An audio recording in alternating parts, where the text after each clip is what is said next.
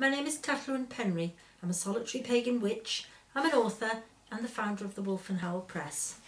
And today's little chat I thought I would do about mandrakes, because let's face it, the minute you start talking about witchcraft or being a witch or an interest in witchcraft and paganism, people always imagine that you're dabbling in mandrakes. So first of all, what is a mandrake? A mandrake is a plant.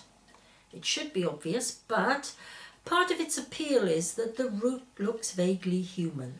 You know what it's like when you're out on the beach or something and you find a bit of driftwood and it looks like a shape. It might look like a dog or a cat or a bird or what have you. But the mandrake, fairly reliably, the root looks like a human being. And years ago it was thought that it occupied a sort of halfway point between the animal world and the world of plants.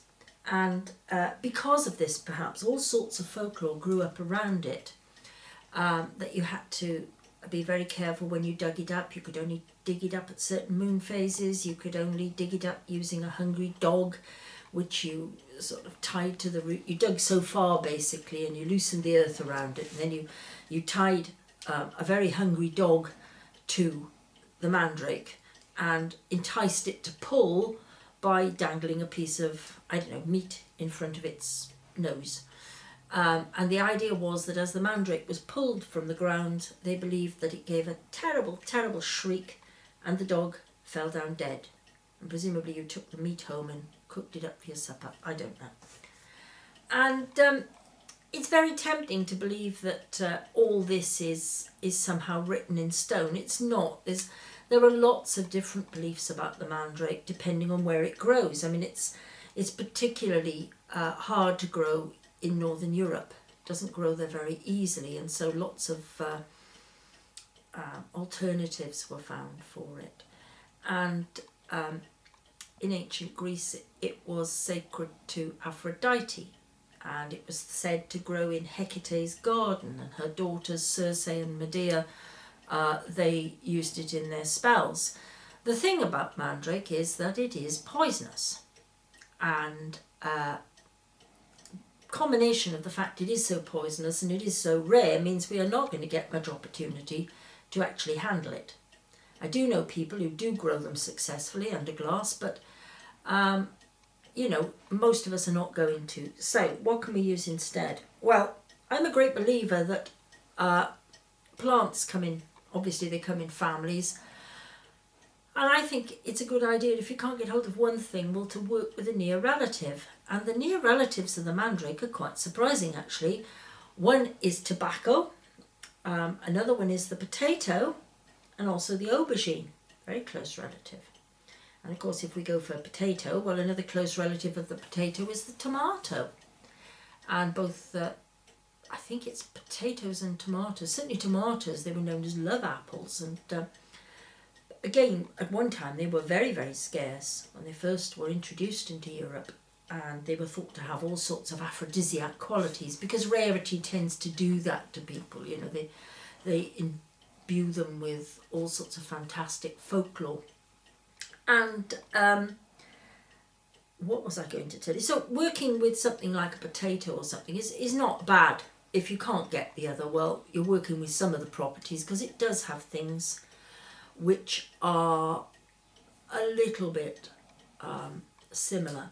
And actually, even the fact that mandrake is quite poisonous, so is the potato, actually, in parts. The little tubers that grow on the roots are fine. We cook them up for our dinner. But if you ate the fruits of the potato, they look like green tomatoes. If you ate them, you'd be very ill indeed. So, you know, the poison element is still there. It's lurking under the surface. And we find that a lot, actually, with things that we use, and we think that they're fine, you know, let's what have you. And when you come to look at them, no, they're not. I mean, did you know, for example, that nutmeg, now nutmeg is a spice. You can buy it in packets, you can buy it ready to grate up. The Victorians and Georgians were very fond of this. They used to have special little nutmeg graters, and they used to carry them, these tiny little graters, and they carry them to grate the nutmeg into their hot chocolate or something like that, or egg custards. But actually 2 nutmegs can kill you. Now there's a thought. Yeah. Mandrakes. What else can we use? Well, what else do mandrakes do? One of the great things about mandrake, it's not only supposed to make you irresistible to the opposite sex, or the same sex, depending on what you were interested in, but it made you very wealthy. And one of its great features was that it would always answer truthfully. So you could get your mandrake out of its little box where you kept it in silk, and you fed it with milk and blood and all sorts of things. And every so often you'd get it out and you'd ask it questions. But you can do this with a much more common plant called southernwood. And southernwood at least has the advantage it is not going to run away from you. Mandrake was believed to run away if it didn't like living with you. And it's not going to strangle you either, because that was another belief about the mandrake, that it could strangle its owners if they didn't treat it properly. So quite why anybody wanted to take the risk, I don't know. The thing to remember, firstly, if you are handling plants that are poisonous, treat them with respect. And that means washing your hands, not putting your fingers in your mouth until you have washed your hands. And especially if you know you bite your nails or something like that, well, obviously give them a good scrub. Treat them well. And the other thing is, don't feel that is the only thing you can use, because you know the real magic, the real work of magic happens up here. It doesn't happen in your magical potions cupboard or up on the shelf you keep for all your potions. So don't worry about it. The real work is in here. But anyway, just a little chat about mandrakes. Thought you might find it interesting. Thank you very much for listening.